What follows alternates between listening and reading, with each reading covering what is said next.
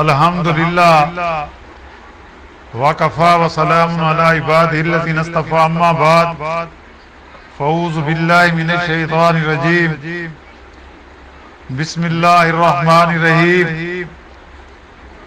قد جعلم اللہ الموقین منکم والقائلین لاخوانہم ہلم الینا ولا یاتون الباس الا قلیلا۔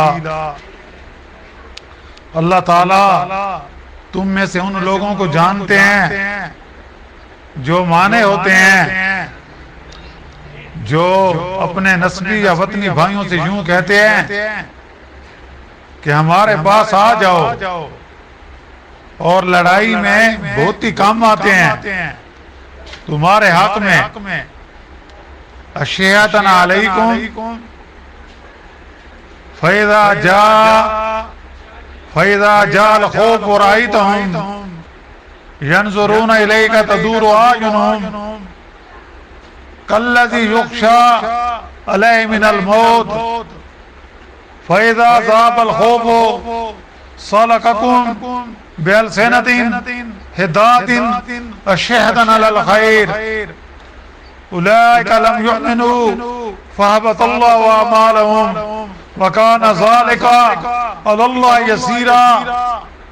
تمہارے حق میں بخیلی لیے ہوئے سو جب خوف پیش آتا ہے تو ان کو دیکھتے ہو کہ وہ آپ کی طرف اس طرح دیکھنے لگ جاتے ہیں کہ ان کی آنکھیں چکرائی جاتی ہیں جیسے کسی پر موت کی بے ہوشی طاری ہو، اور پھر جب وہ خوف دور ہو جاتا ہے تو تم کو تیز تیز زبانوں سے طعنے دیتے ہیں۔ مال پر حرص لیے ہوئے یہ لوگ ایمان نہیں لاتے، پس اللہ تعالیٰ نے ان کے تمام اعمال بیکار کر رکھے ہیں، اور یہ بات اللہ کے نزدیک بالکل آسان ہے۔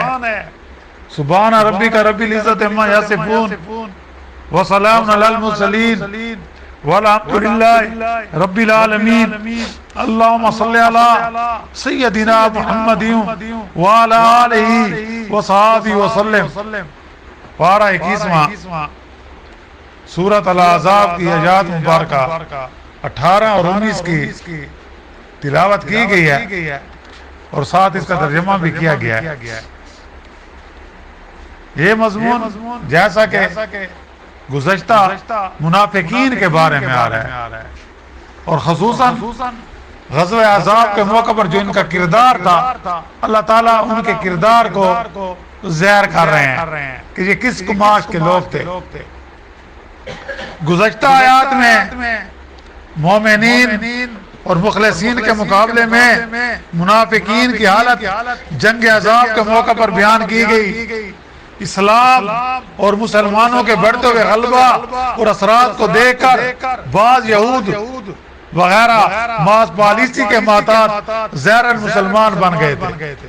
کچھ ایسے بھی تھے یہودیوں میں جو بظاہراً مسلمان بن گئے تھے اور مسلمانوں کی طرح ان میں مل کر نماز، روزہ، زکوٰۃ اور دوسرے سب اسلامی اعمال بجا لاتے تھے، اور جہاد میں دکھلاوے کے لیے شریک بھی ہو جاتے تھے، مگر جان بچانے کے لیے ہیلا بہانہ ڈھونڈتے تھے۔ ایسے لوگوں کی جن کے دلوں میں نفاق اور شک کا مرض بھرا ہوا تھا اور صدقے دل سے اخلاص کے ساتھ اسلام قبول نہیں کیا تھا، ان کی اللہ نے مذمت فرمائی ہے، اور بعض منافقین کو مختلف موقعوں پر زہر بھی کیا گیا۔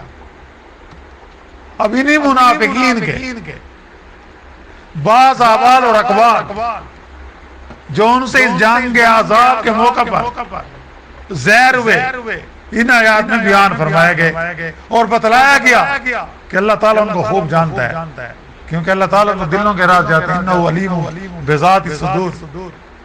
جو تم غصے ہوئے ہو اور ظاہری وزاداری دکھاوے کو شرما شرمی کبھی میدان جنگ میں بھی آ جاتے ہو، ورنہ عموماً گھروں میں بیٹھے مزے اڑاتے ہیں۔ اپنی برادری کے لوگوں کو بھی جو سچے مسلمان ہیں جہاد میں جانے سے روکتے ہیں اور کہتے ہیں کہ لشکر کو چھوڑو، ہمارے پاس آ جاؤ، اپنی جان کیوں گنواتے ہو؟ تمہیں کیا ملے گا؟ روایات میں آتا ہے کہ ایک منافق نے یہ بات اپنے حقیقی بھائی سے کہی تھی، اور اس وقت یہ کہنے والا بھنو و گوشت روٹیاں کھا رہا تھا، اور ادھر غزوہ احزاب میں مسلمان صحابہ کرام نبی کریم صلی اللہ علیہ وسلم 3 دنوں سے فاقے سے تھے اور اپنے پیٹ پر پتھر باندھے ہوئے تھے. تو مسلمان بھائی نے کہا افسوس تیری سوچ پر کہ تو اس سکون سے بیٹھا ہے، بھنا ہوا گوشت کھا رہا ہے، نبی کریم صلی اللہ علیہ وسلم ایسی تکلیف میں. تو اس پر وہ بدبخت بولا کہ تمہیں بھی یہاں چلے آنا چاہیے، تم بھی ہماری طرف آ جاؤ. آگے بتلایا گیا کہ یہ لوگ مسلمانوں کا ساتھ دینے سے دریغ رکھتے ہیں کیونکہ ان کے دل میں نفاق ہے نا، سچے مسلمان نہیں ہیں. آج بھی ایسے کئی مسلمان ہیں جو بظاہر اپنے آپ کو بڑا اچھا مسلمان کہتے ہیں. اپنی محنت، اپنے اوقات، اپنی فکر، اپنے مال کہ کوئی چیز بھی وہ دیہات میں مسلمانوں کے ساتھ ہمدردی میں صرف کرنے کے لیے خوشی سے تیار نہیں ہوتے. دیتے ہیں تو شرمندگی کی وجہ سے کہ یہ نہ کہیں کہ یہ تو مال نہیں خرچ کرتے. جبکہ مومنین صادقین اپنا سب کچھ جھونک دینے کے لیے تیار رہتے ہیں. جان کی بازی لگانا تو بڑی چیز ہے، وہ کسی کام میں بھی کھلے دل سے اہل ایمان کا ساتھ دینا نہیں چاہتے. کون دینا نہیں چاہتے؟ منافقین. جبکہ اس کے برعکس مومنین اپنی جان بھی، اپنا مال بھی اللہ کے دین کی خاطر قربان کر دیتے ہیں. ان کی بزدلی، ان کی ہرس، ان کی بخیلی کی تو یہ کیفیت ہے کہ وہ جنگ میں آتی نہیں، مگر کبھی کہ جس میں ذرا نام ہو جائے اور مسلمان ان سے بالکل بدعت نہ جائیں کہ بھئی ان کی منافقت ظاہر نہ ہو جائے. ہاں اپنا مال غنیمت حاصل کرنے کا موقع آئے تو ہرس کے مارے چاہیں کہ کسی طرح ہم کو بھی کچھ مل جائے اور ہم سارا مال لپیٹ کر سمیٹ کر لے جائیں. جب کوئی خوف اور پھر خطرے کا وقت ہوتا ہے تو ان کے چہرے پر مدنی چھا جاتی ہے، ان کے سارے مار جاتے ہیں اور ایسے آڑے وقت میں رفاقت سے جیت چراتے ہیں. ڈر کے مارے ان کی جان نکلتی ہے. خوف و خطر کا وقت جاتا رہا تو آ کر باتیں بناتے ہیں اور زبان کی بڑی تیزی دکھاتے ہیں. یہ چرب زبان ہوتے ہیں.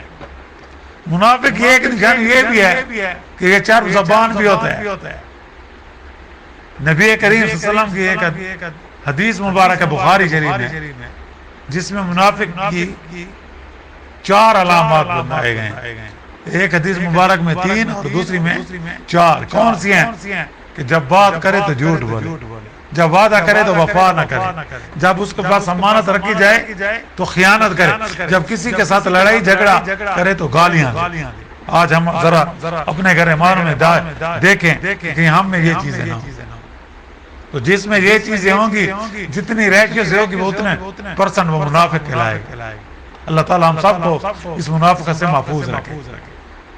اب جب یہ زبان کے بڑے تیز ہوتے ہیں اور یہ بھی کہتے ہیں ہم نے بھی اسلام کے لیے خدمات انجام دی ہیں، ہماری پشت پناہی سے یہ فتح حاصل ہوئی، اگر ہم آگے نہ بڑھتے نا تو یہ فتح حاصل تم نہیں کر سکتے تھے.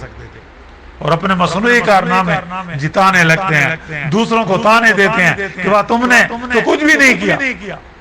تو ان لوگوں کے متعلق بتلایا گیا کہ ان لوگوں کے دل میں ایمان نہیں ہے. یہ چوری والے مجنون ہیں، یہ گفتار کے غازی ہیں، کردار کے نہیں ہیں. اور جب اللہ اور رسول پر ایمان نہیں تو کوئی عمل قبول نہیں.